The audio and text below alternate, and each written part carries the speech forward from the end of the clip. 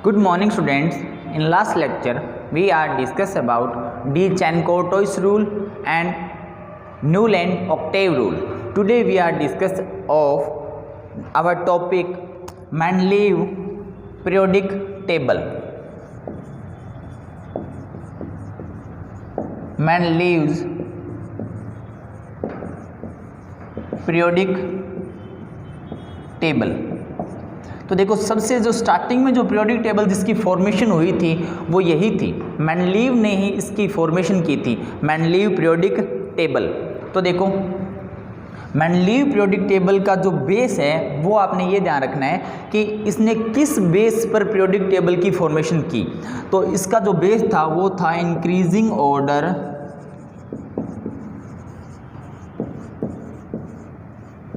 Increasing order of atomic number.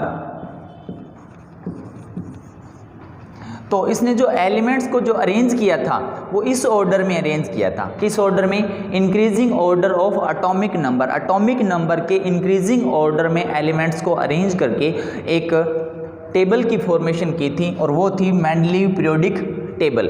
अब जो Mendeleev periodic table थी इसके लिए इसने एक मेंडलीव लॉ दिया था। वो क्या था अपने बात करते हैं। Mendeleev law. मेंडलीव लॉ क्या था देखते हैं, अपने बात करते हैं। The properties of the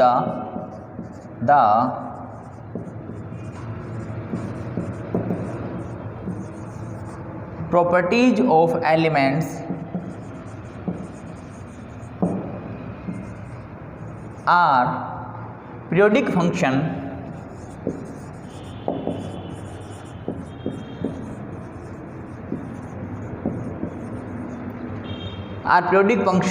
of their atomic number।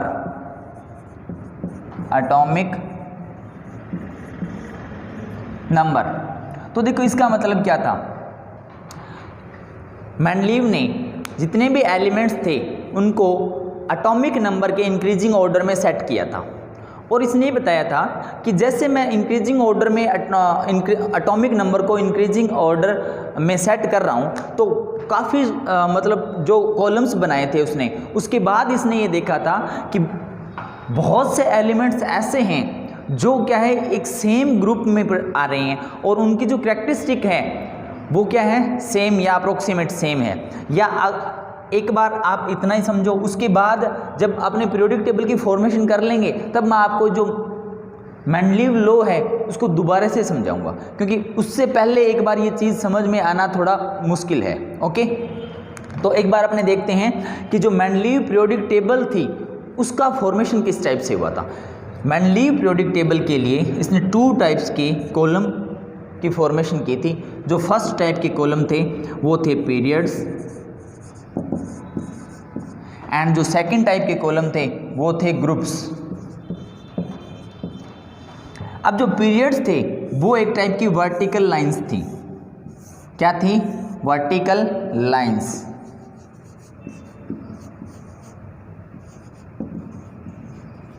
और जो ग्रुप्स थे वो एक टाइप की हॉरिजॉन्टल लाइंस थी।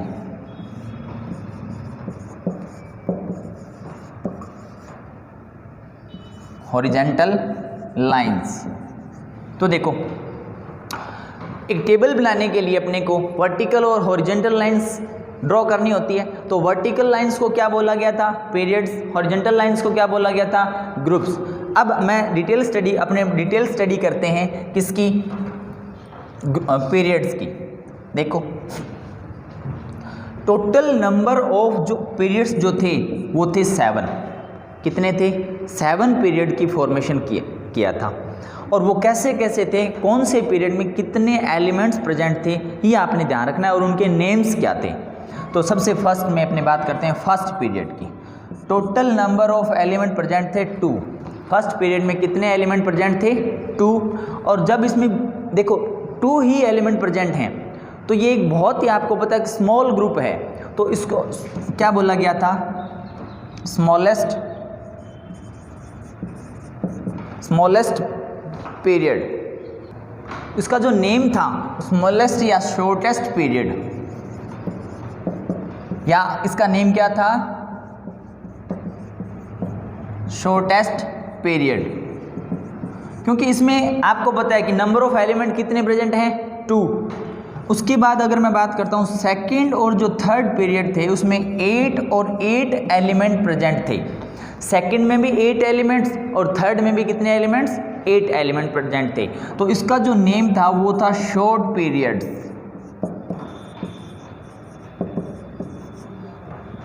सेकंड का नेम भी शॉर्ट पीरियड, थर्ड को भी क्या बोला गया था, शॉर्ट पीरियड। उसके बाद में फोर्थ और फिफ्थ जो पीरियड थे उसमें 18 एलिमेंट प्रेजेंट थे और इसका जो नेम था वो था लॉन्ग पीरियड।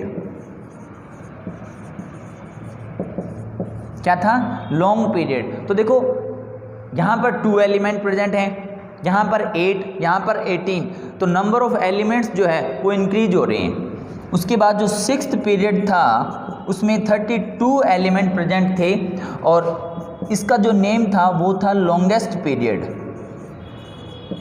Longest period. अब बात करते हैं अपने सेवन्थ पीरियड की। सेवन्थ पीरियड जो था इसमें क्या हुआ कि जब पीरियोडिक टेबल की फॉर्मेशन हो रही थी इस टाइम तक जो सेवन्थ पीरियड था उसमें टोटल नंबर ऑफ एलिमेंट तो 32 ही प्रेजेंट होते हैं, बट उस टाइम तक सभी एलिमेंट्स डिस्कवर नहीं हुए थे। तो देखो आपको पता है कि अब आप जो पीरियोडिक टेबल स्टडी करते हो उसमें 118 एलिमेंट प्रेजेंट हैं। कितने एलिमेंट प्रेजेंट हैं, 118 एलिमेंट प्रेजेंट हैं। तो जो मेंडलीव पीरियोडिक टेबल थी वो 1905 ईयर में क्या हुई थी, डिस्कवर हुई थी।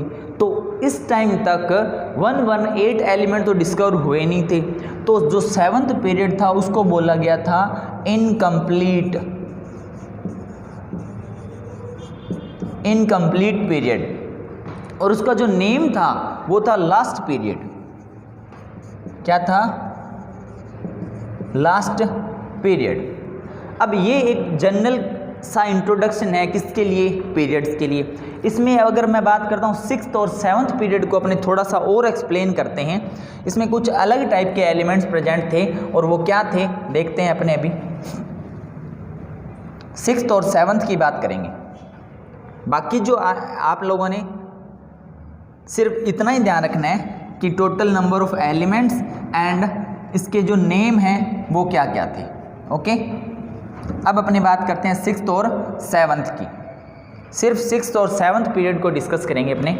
देखो सिक्स्थ पीरियड जो था उसमें आपको पता है नंबर ऑफ एलिमेंट्स कितने प्रेजेंट हैं, 32। तो जो 32 एलिमेंट्स जो हैं टोटल, इसमें 14 एलिमेंट का अलग से ग्रुप है।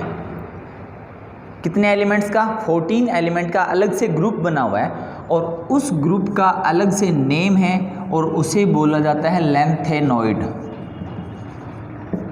उन सभी एलिमेंट्स को, कितने एलिमेंट्स को, 14 एलिमेंट्स को क्या बोला जाता है, लैंथेनॉइड्स बोला जाता है। और इसी टाइप अगर मैं बात करता हूँ सेवन्थ की, इसमें भी कितने एलिमेंट प्रेजेंट हो सकते हैं, मैक्सिमम 32। और इसमें भी 14 एलिमेंट का कोई अलग से ग्रुप बना हुआ है और उसका भी अलग से नेम है, वो आप लोगों ने ध्यान रखना है। और वो क्या है, उसे बोला जाता है एक्टिनोइड्स। क्या बोला जाता है, एक्टिनोइड्स। अगर आपने पीरियोडिक टेबल आपकी बुक में आपने चेक किया, suppose that this is periodic table, तो ये पीरियोडिक टेबल है, इसके बाद में यहाँ पर इसके नीचे अलग से कॉलम बने हुए हैं, ठीक है। तो इसमें जो ऊपर वाला कॉलम है उसको बोला गया है लैंथेनॉइड और जो नीचे वाला कॉलम है उसको बोला गया है एक्टिनोइड। इसमें भी 14 एलिमेंट हैं, इसमें भी कितने एलिमेंट हैं, 14 एलिमेंट प्रेजेंट हैं। बट आपको ये पता होना चाहिए ये जो 14 और 14 एलिमेंट हैं ये सिक्स्थ और सेवन्थ ग्रुप में, कौन से ग्रुप के हैं ये, सिक्स्थ और सेवन्थ ग्रुप के एलिमेंट्स हैं। तो पीरियड्स के लिए आपने एक जनरल सा इंट्रोडक्शन डिस्कस कर लिया। उसके बाद बात करते हैं अपने ग्रुप्स की। तो देखो ग्रुप्स का भी आपको पता होना चाहिए, टोटल नंबर ऑफ ग्रुप्स कैसे हैं, कितने हैं। और आप लोग अभी जो मॉडर्न पीरियोडिक टेबल डिस्कस कर रहे हो या मॉडर्न पीरियोडिक टेबल आपने जो पढ़ी है अभी तक, उसमें और जो मेंडलीव पीरियोडिक टेबल है उसमें थोड़ा सा डिफरेंस है। वो डिफरेंस क्या है वो आपको पता चलेगा जब अपने मॉडर्न पीरियोडिक टेबल डिस्कस करेंगे। और आपको ये पता होना चाहिए कि जो मॉडर्न पीरियोडिक टेबल है उसका जो साइंटिस्ट था वो कौन था? वो था हेनरी मोज़ले। कौन था? हेनरी मोज़ले। मतलब मॉडर्न पीरियोडिक टेबल की फॉर्मेशन की थी हेनरी मोज़ले ने। और सबसे जो स्टार्टिंग की जो पीरियोडिक टेबल है मैं दोबारा से बता देता हूँ आपको, वो थी मेंडलीव पीरियोडिक टेबल। ओके, उसके बाद में उसमें कुछ करेक्शन करके और मोज़ले ने मॉडर्न पीरियोडिक टेबल की फॉर्मेशन की। ओके, अब अपनी बात करते हैं सेकंड पॉइंट की, और जो कि अपना पॉइंट है ग्रुप्स। कौन सा पॉइंट है? ग्रुप्स। आपको ये पता है कि जो हॉरिजॉन्टल लाइंस हैं इनको क्या बोला गया था? ग्रुप्स बोला गया था। ओके, अब आपको ये ध्यान होना चाहिए कि जो ग्रुप्स हैं इनको शो करने के लिए मेंडलीव ने रोमन नंबर्स का यूज किया था।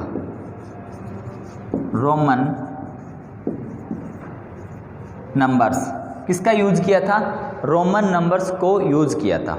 ओके, अब रोमन नंबर्स क्या होते हैं? देखो, फर्स्ट, सेकंड, थर्ड। जब अपने नंबर्स को इस टाइप में नोट करते हैं तो इसे बोला जाता है रोमन नंबर्स। अब अपने देखते हैं कि टोटल ग्रुप्स जो थे वो कितने थे। फर्स्ट टू 8th ग्रुप्स की फॉर्मेशन की थी। और इसमें एक बहुत ही इम्पोर्टेंट बात ये है कि इसके सबसे लास्ट में 0 ग्रुप्स की फॉर्मेशन की थी। किसकी फॉर्मेशन की थी? 0 ग्रुप की। अब ये जो 0 ग्रुप है, या अब आप जो मॉडर्न पीरियोडिक टेबल डिस्कस करते हो उसमें जो इनर्ट गैसेज हैं उनको अलग से एक ही ग्रुप में, और कौन से ग्रुप में? जो पीरियोडिक टेबल का सबसे लास्ट ग्रुप है उसमें उनको अरेंज किया गया है। तो देखो, वो 0 ग्रुप इसका नेम क्यों है? क्योंकि जब मेंडलीव पीरियोडिक टेबल फॉर्मेशन हो गई थी उसके बाद में जो इनर्ट गैसेज हैं वो डिस्कवर हुई। मतलब ये कि जब मेंडलीव पीरियोडिक टेबल की फॉर्मेशन हुई थी उस टाइम तक इनर्ट गैसेज डिस्कवर नहीं हुई थी। ठीक है, उसके बाद में डिस्कवर हुई तो उनको अरेंज करने के लिए साइंटिस्ट ने क्या किया कि पीरियोडिक टेबल के सबसे लास्ट में एक ग्रुप फॉर्मेशन किया और उसे बोला गया क्या? 0 ग्रुप। अब देखो, अब आपको ये भी पता होना चाहिए कि जो ग्रुप्स हैं उनको फर्स्ट टू 7th ग्रुप को A एंड B पार्ट में डिवाइड किया गया है। किसमें? A and B part. Okay, और जो 8th ग्रुप है इसको किसी भी पार्ट में डिवाइड नहीं किया गया है। इसको A और B पार्ट में डिवाइड नहीं किया गया, बट इसके लिए अलग से 3 ग्रुप बनाए गए हैं। कितने ग्रुप? 3 ग्रुप। और सबसे लास्ट में आपको पता है आता है 0 ग्रुप। कौन सा आता है? 0 ग्रुप। तो अगर मैं बात करता हूँ कि टोटल नंबर ऑफ ग्रुप्स कितने प्रेजेंट थे किसमें? मेंडलीव पीरियोडिक टेबल में। तो देखो, अपने ड्रॉ करते हैं first, second, third, 4th, 5th, 6th, 7th and 8th, और लास्ट में था 0 ग्रुप। कौन सा था सबसे लास्ट में? 0 ग्रुप। तो देखो, फर्स्ट जो था उसको 2 पार्ट में डिवाइड करो, फर्स्ट A और फर्स्ट B। इसको भी कितने पार्ट में? 2 पार्ट्स में, second A and second B। अब ये जो A और B अपने जो डिवाइडेशन चल रहा है वो कहाँ से है? फर्स्ट टू 7th तक। तो सभी को अपने डिवाइड करते हैं, third A and third B। 4th को भी करते हैं, 4th A and 4th B। 5th को भी करते हैं, 5th A and 5th B। 6th को फिर से करते हैं अपने, 6th A and 6th B। 7th को अपने डिवाइड करते हैं, 7th A and 7th B। और आपने यहाँ पर नोट किया था कि जो 8th ग्रुप था उसको 3 ग्रुप्स में डिवाइड किया गया था। इनको अलग से नेम तो दिया नहीं गया था। 3 ग्रुप्स, कितने ग्रुप्स? 3, और सबसे लास्ट में 0 और वो था 1। ओके, अब अगर अपने टोटल काउंटिंग करते हैं तो 1 2 3 4 5 6 7 8 9 10 11 12 13 14 ग्रुप तो प्रेजेंट थे, वो ए एंड बी पार्ट में थे। ओके, और 3 ग्रुप किसके थे? 8th ग्रुप के। और सबसे जो लास्ट ग्रुप है कौन सा? 0 ग्रुप, वो एक ही पार्ट में डिवाइड था। और अगर मैं टोटल काउंटिंग करता हूँ तो कितने ग्रुप्स आते हैं अपने? 18। ओके, अब आप जो मॉडर्न पीरियोडिक टेबल स्टडी करते हो उसमें भी नंबर ऑफ ग्रुप्स कितने प्रेजेंट हैं? 18 ग्रुप हैं, बट इनको 1 2 3 4 5 में शो किया गया है। और जो मेंडलीव पीरियोडिक टेबल थी उसमें ग्रुप्स को किस में शो किया गया है? रोमन नंबर्स में। तो ये जो मेंडलीव पीरियोडिक टेबल थी उसका जनरल सा इंट्रोडक्शन है। आप लोग यहाँ तक ही नोट्स बनाना, उसके बाद में जो पीरियोडिक टेबल है वो आप बुक से मत बनाना। अपने नेक्स्ट लेक्चर में मैं आपको बताऊंगा कि जो मेंडलीव ने पीरियोडिक टेबल की फॉर्मेशन की थी वो कैसी बनी थी। ओके, अब अपने मैं जो बताऊंगा वो और आपकी जो मॉडर्न पीरियोडिक टेबल है वो आप ये मानो अप्रोक्सीमेट सेम होगी, थोड़ा सा ही डिफरेंस होगा, ताकि आपको अलग से कुछ याद नहीं करना पड़ेगा। आज के लिए बस इतना ही। Thank you.